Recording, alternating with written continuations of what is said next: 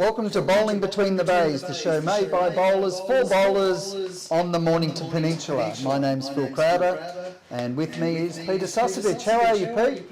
Pretty good, Phil. Very good. Oh. There we go, that's better. No, very good. All happening. First show of the year. Well, and one of many, and we've certainly received plenty of people asking if we are going to do our bowl show during the forthcoming season, and that certainly is our intention. Fan mail just keeps on coming in, Phil.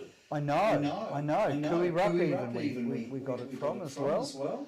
But we had very successful. It's interesting that the numbers went through the roof when we did this actually through COVID. And anyway, I tell you what, we're certainly starting off with a bang, let me tell you, because certainly with our first interview, and we certainly have a really big name or a new force in bowls, don't we, Pete? Yes, correct. But all tomorrow night, not the culmination tomorrow night. Okay. Well, of course, it's Super League. Super League. We're coming now to the ultimate semi-final. And in that, what we have at the moment is we have the three sectional winners from Tuesday, Thursday and Friday night. And then only last night we had the second place teams in each of those nights play off against each other to be the lucky second chance going through into the absolute ultimate semi-finals. And I can tell you that the team that got through in the second chance was Rosebud, which was really no surprise considering it was expected by most that they would have won their section. But of course at the time, Frankie Krislovic was up playing at the Australian indoors, so he wasn't playing. Now we're not saying they're just a one-man team, but he hadn't lost a singles component all the way through the round robin, so he's playing there. I'll go quickly through that team. You have Frank Krislovic, Lee Williams, Joe Turner, Steve Williams, Paul Tyroyd and John Sykes. So they will be playing. The other teams that made it through and were ended up being sectional winners was Rat Pack. Now Rat Pack was the team that in fact beat Rosebud, and that's Chris Owen, led by Chris Owen, with Paul Murphy, Matt Murphy, Graham Spencer, Chris Hunt, Ron Dalton and Clark Wilson. The other team that made it through was Hooded Life, and some who say are the absolute favourites to win through there. And the team captain there is Todd Simmons, and he's got his young son there, Jet Simmons, who of course most in the bowling scene will remember Jet running around with nappies and bowling on the side while Todd was playing at the Vic Championships, Australian Championships, and with his brother as well, Dylan Fisher. So Dylan Fisher is in the team and he's qualified. He's met the mandatory 2 games to make sure he reaches the finals. Others there, Scott Biles, Peter Studd. Ali Forsyth played 1 match, but unfortunately then had to go to Canada to get married, I believe. I don't know what's more important, but there you go. He didn't qualify, but then you have Luke Piper as well, and he's qualified. The remaining team are the Hornets. Okay, so they won through, and they beat the Kringle team here, which is made up of Kringle gun players, but they ended up winning through. And so it's the Barnes family there with Wayne Barnes, Elish Barnes, Damien Barnes, Matt Silver, Caleb Shaw, Nathan Mills and Adrian Marchioli and Tom Graham. They've all qualified. So they are the 4 teams that will be playing through tomorrow. Fantastic, Phil. And just while we'll split the cameras. Some big interviews tonight. Oh, big interview, Pete. So we actually have Samantha Atkinson, who is the recent and now reigning Australian indoor champion for the ladies. And a delightful young lady. And we took the time to actually get her on board, and we have an interview with Samantha.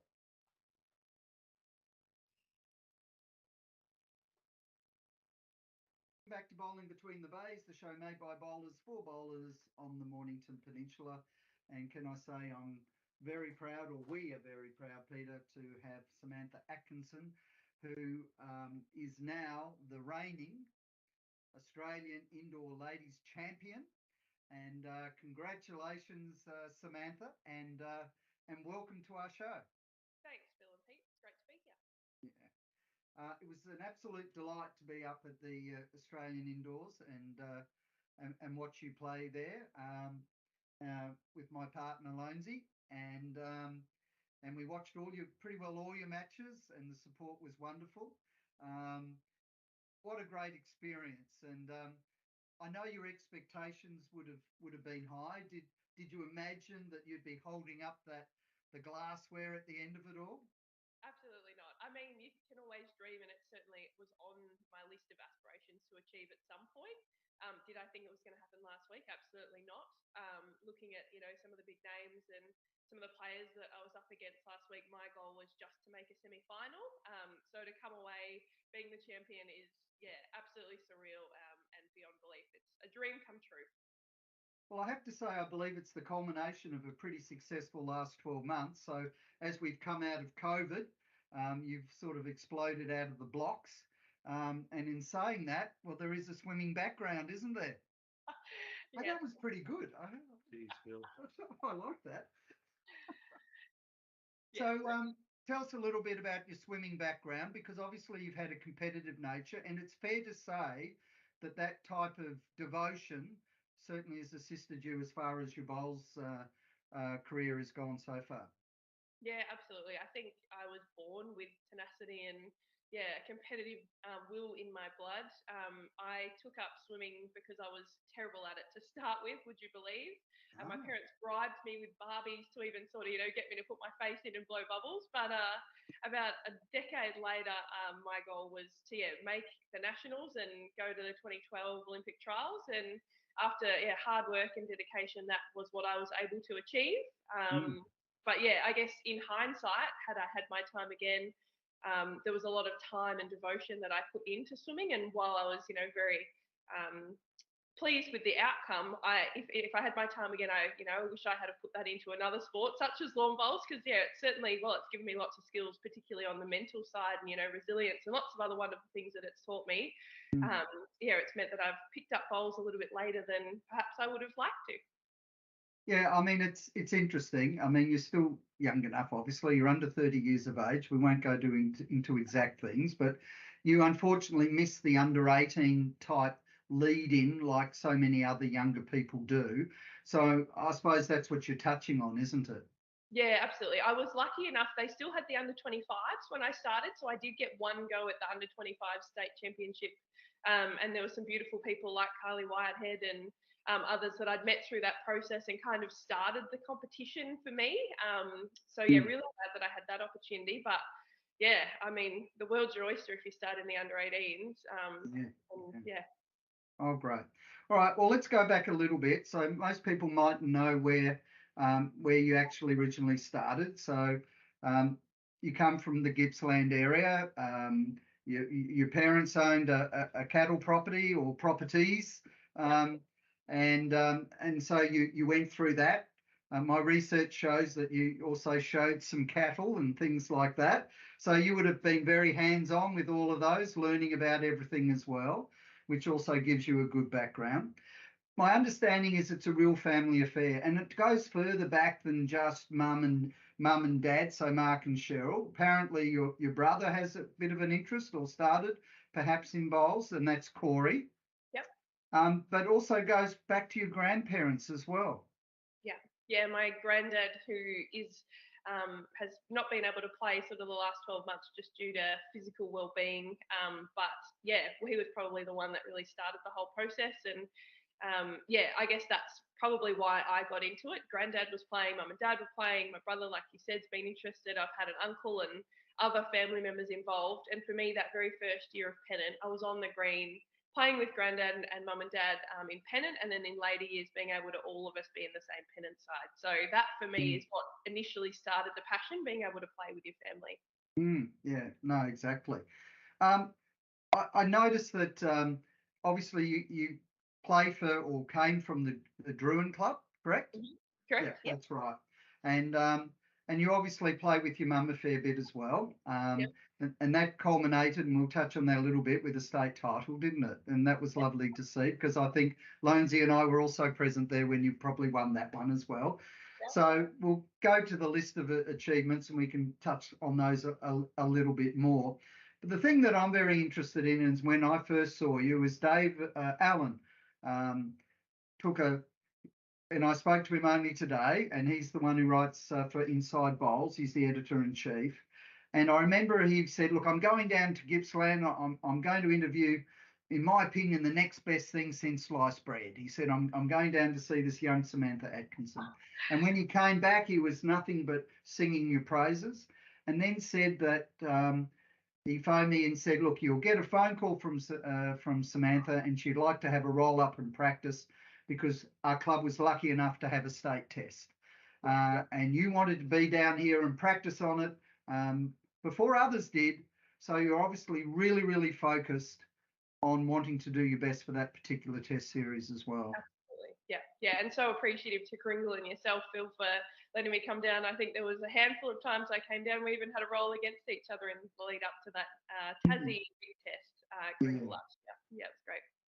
Now, the other dedication is when we look at it, you did have a stint with a Metro club, didn't you, Caulfield Alma?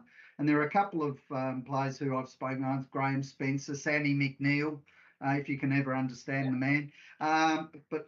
But Loney does, she's my interpreter, which is really good. In fact, if you get him to sing, you can actually hear him quite clearly. It's great. So tell me, you obviously wanted to do that to see if you could improve your bowls, is that correct? Yeah, absolutely. We had the opportunity. It was mum, dad, and myself. All of us went down to Caulfield Park Elma for the year, and we were actually all playing in the same rink in Premier League. And that year, I guess, really was the first year where we saw bowls at a different level, a more competitive Metro pennant level.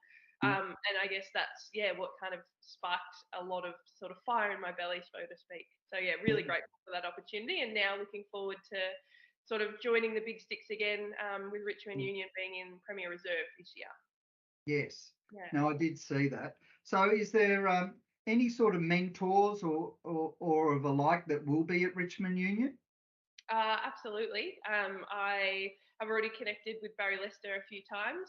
He's a fellow Aero teammate, and looking forward to working with him at Richmond Union, as well as a few others. There's, Sarah and Scooter and Hampo and others that I'd known just from playing around the traps, and really looking forward to playing with them this coming season.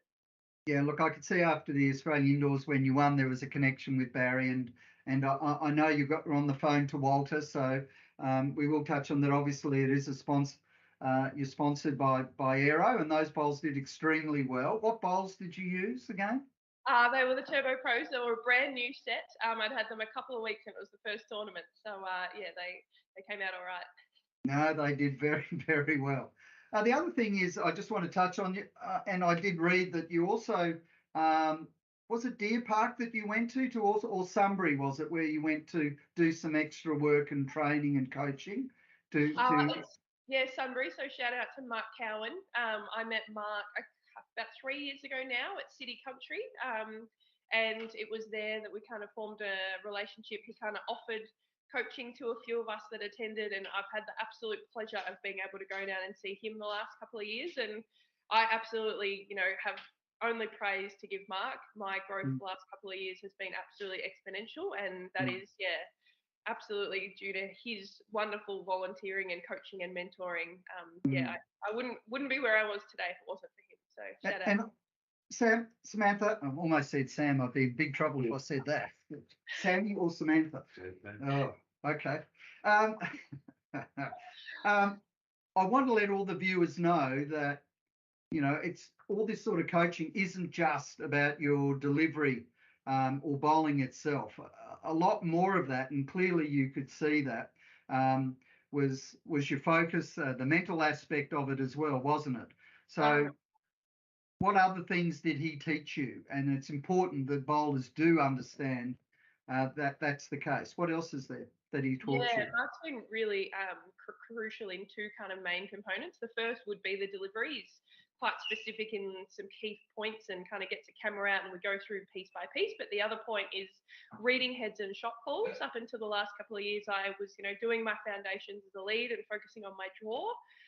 But of the last sort of 2 or 3 years, I have been playing back end and learning to read heads and play different shots and knowing exactly which is the right shot or the percentage shot and being able to assess risk versus reward and, lots of other different things was something that was quite new to me and something that, Mark's been absolutely crucial in, teaching me. So thank you.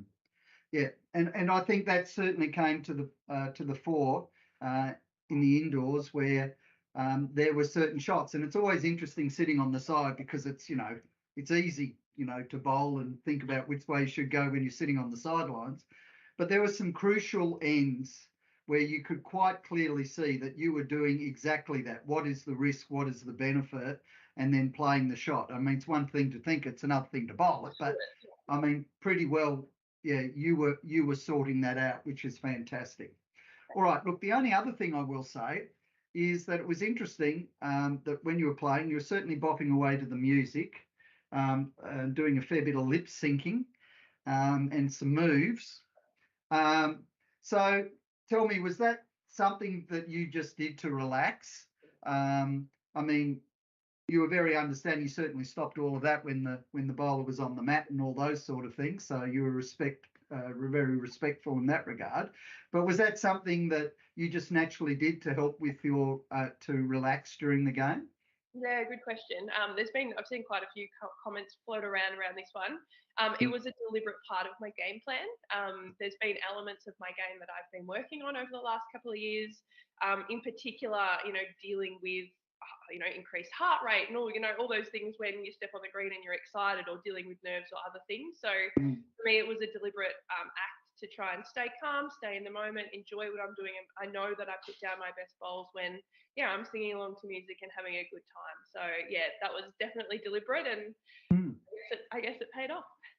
It did. And look, there are some people there who are little comments saying something else, but I'm glad you said that, and I wanted to clear that because clearly I could see that was the sole purpose for doing it. The other thing is that, are you aware there's a Samantha Atkinson over in England that won the X Factor in Britain? Oh, she's a singer. Yes, I did know that. There you go. I can't Well, sing.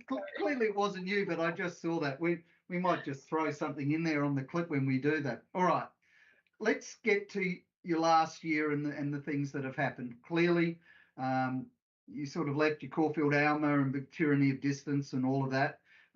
You were back down in Gippsland, and then you did extremely well in the regionals, didn't you, as far as that? So what sort of things, there were 4 elements that I think you won, is that correct?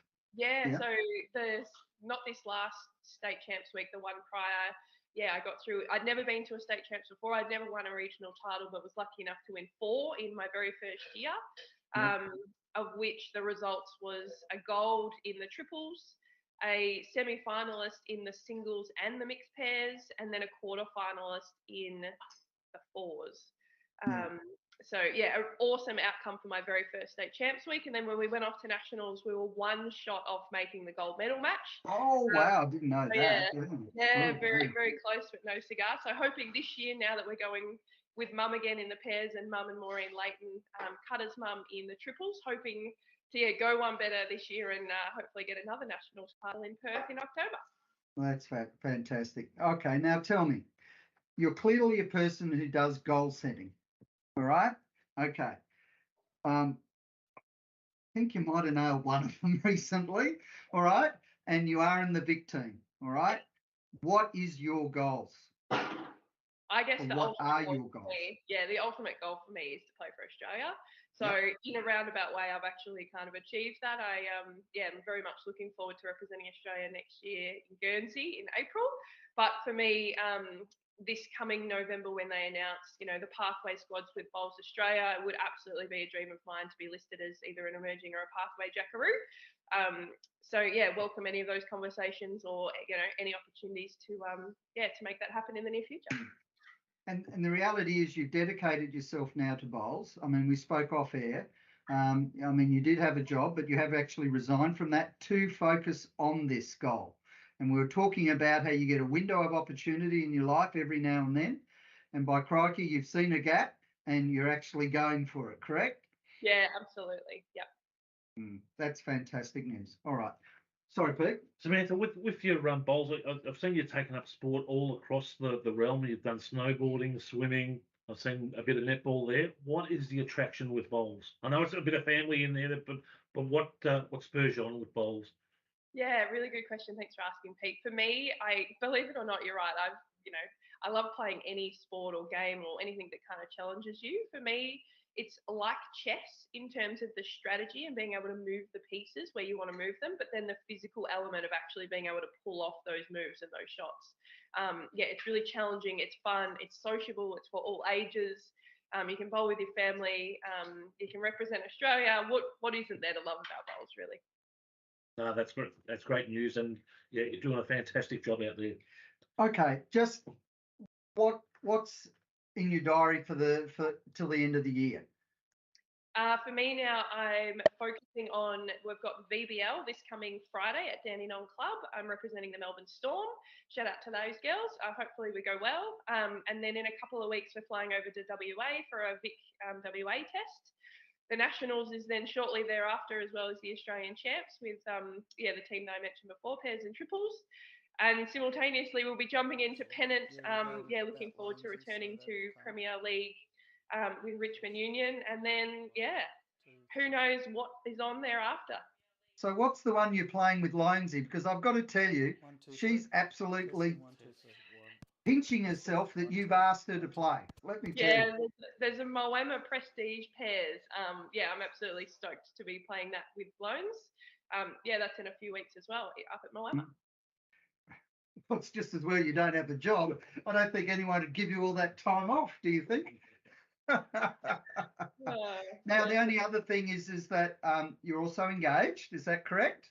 Correct. Wow. And is that a fairly recent thing? We actually were engaged in January this year, and we weren't intending a long engagement, but just, life takes over and we had taken our time to kind of find a date. We had actually set a date, which was the 27th of April. And sent all our save the dates out. It now turns out that we'll be in Guernsey for the 21st to the 27th of April. We are currently in the process of looking to try and reschedule the wedding. Look, that's fantastic. And look, it looks as though you had a wonderful time going through Europe as well. So you did have a little bit of a break from bowls. Yeah. It's I think it's important to get that balance and make sure that you're doing other things that actually keeps your mind fresh. I did put in a lot of hours on the green before and after that trip. But absolutely love taking a break and enjoying and smelling the roses while you can as well. Oh, fantastic. Well, Sammy, look, we don't want to take up any more of your very busy time by the sounds of it, but we really appreciate you coming on and having a chat to our listeners, and they get a far greater insight into the drive that you require to be a top level bowler, and also to know that, you know what, you're a nice chick too. So thanks very much. That's lovely, Phil. I really appreciate you guys having me on the show, and also yourself and Loans for being there and supporting me last week. It means the world to me to be able to look into the crowd and see some smiley faces looking back and cheering me on. So thank you very much. I really appreciate it. Okay, thanks, Samantha. Goodbye. Thanks, Sam. Bye. See ya. There you go, folks. What a wonderful interview with a lovely young lady, obviously very, very dedicated. A bit long. Sorry, mate. One thing that we did talk a little bit off air was, in fact, our championship here, which is Super League, which is being held tomorrow, which will be the semi-finals, which we touched on earlier. So the format, we go back to the original format where we play in 2 sessions. So they will actually be playing in the singles and fours in the first session. We break for half an hour, and then we break the 5 people in each team into the pairs and the triples. So we'll be playing. Now the winners will go next week straight into the grand final. So they'll play for first and second, and the 2 losers will actually be playing off for third and fourth, all of which get some excellent prize money. Going through the teams yet again, and we made mention of that, we have the Hornets, Risebud. Risebud are the interesting ones because, of course, they didn't win their section, but they were given the opportunity to have a second chance, where all the second place teams in each of the sections actually played off last night, and they played each other in a round robin format, a reduced format of only pairs and triples.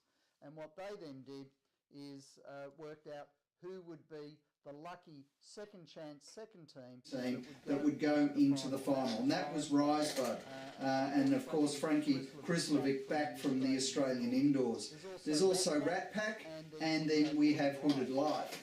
Now what we did is we needed to have an independent, all above board way of determining who would play who, and we said we'd do that randomly, didn't we, Pete? Yes, it was an interesting way, Phil. So what we decided to do, obviously Sammy isn't aware of who were the teams. She wasn't clearly aware of who would play who or the advantages or not. So what we did is we actually put the names of the teams on a piece of paper. We numbered those paper and we asked her to randomly choose a number, two numbers of who would play, and of course then the remaining two teams would be the two that would play each other. Now she very kindly did that for us, so the draw of who plays who in the Skydome Super League 23, okay, in the semi-finals was drawn by the reigning Australian Indoor Ladies Champion Samantha Atkinson, and we'll go to that right now. Is we have our Super League Grand Final, all right, or Final Series, and we've got the top four, so we need to do a random draw.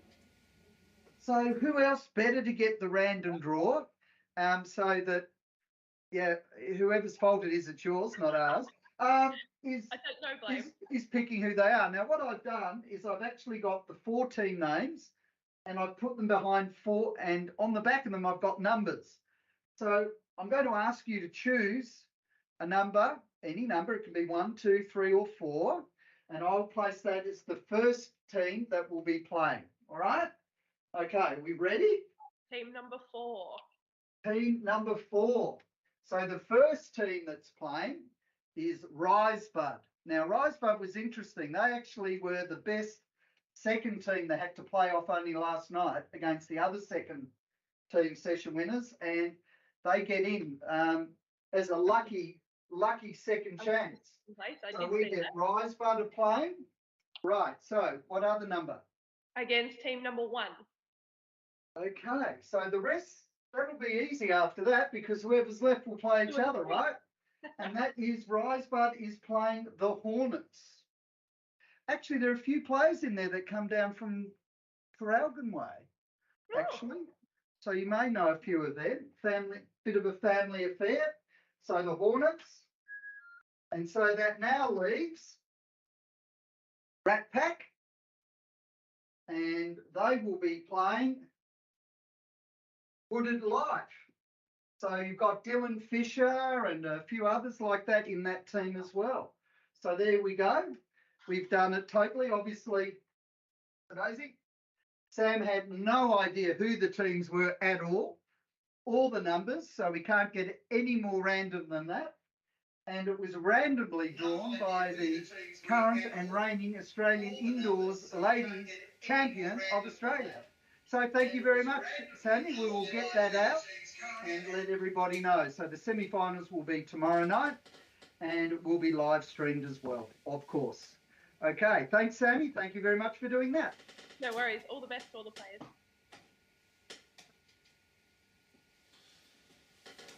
There you go, folks. So we now have the draw for tomorrow night. Risebud will be playing the Hornets. Rat Pack will be playing Hooded Life. We will be live streaming the match. That will start from around about 6:20 probably, Pete, do you think? Yeah, we'll start live stream then. Big live stream tomorrow night. Now, the important thing is that we do have the bistro open and we have some very, very good meals. Fish and chips, there's a roast, and a couple of other meals only for around $15. So we encourage everybody to come down and watch some really quality bowls. The cream certainly has now risen to the top, and we've found you've got the bottom of the pyramid and we're moving right to the top, and as shown by our matches only last night, there's some spectacular and really good bowls, and we expect our semi-finals to be excellent as well, Pete. Should be a great night, and looking forward to it. The numbers were huge last night. Yeah, we had over probably about 5,000, 6,000 people watching last night live. And we expect that tomorrow night will be even bigger and better. Well, we could have a Scottish audience tomorrow night. Sammy McNeil's offered to do some do some commentary. Are we having a? No, are we? No, he's out there. He's keen? Tuning up. He tells me he can slow down and be perfect for this. What do you think? I think you'll fit the spot magically. Well, I think you'd certainly add a new dimension to our commentating as far as Super League's concerned. But remembering, folks, it's the semi-finals tomorrow. We're getting revved up for that. Then after that, next week will be the absolute finals, where we find out which team will take away the $5,000 first prize. Great cash. $10,000 prize pool. And we thank all the other teams that have played throughout the season. And unfortunately, last night, a couple more dropped off, Chum and also Team Gecko as well. And we thank all the other teams for being in this competition. It certainly has huge momentum, and we know already that pretty well all the teams that unfortunately have departed have all said they're in for it next year as well. Well, Phil, it's Between the Bays is back. Yes. After a hiatus of a couple of months. Yes, but, it is. We're back in full. We've got some interesting stories next week, so hang around. And there's talk around there might be some other shows as well. So other shows? Other shows, I'm just hearing it, that's all. Oh, gee, you're just putting out the bait a little bit. Just hanging out. So we've got leading them in. Some great gossip, some great actuals. We've got some good fictionals. So be great listening. So it's great to have you all along, folks. Well, that's fantastic, Pete. So that's Phil Crowder. Goodbye from me. Goodbye from Pete. And welcome back to Bowling Between the Bays, the show that is made for bowlers on the Mornington Peninsula. Good night.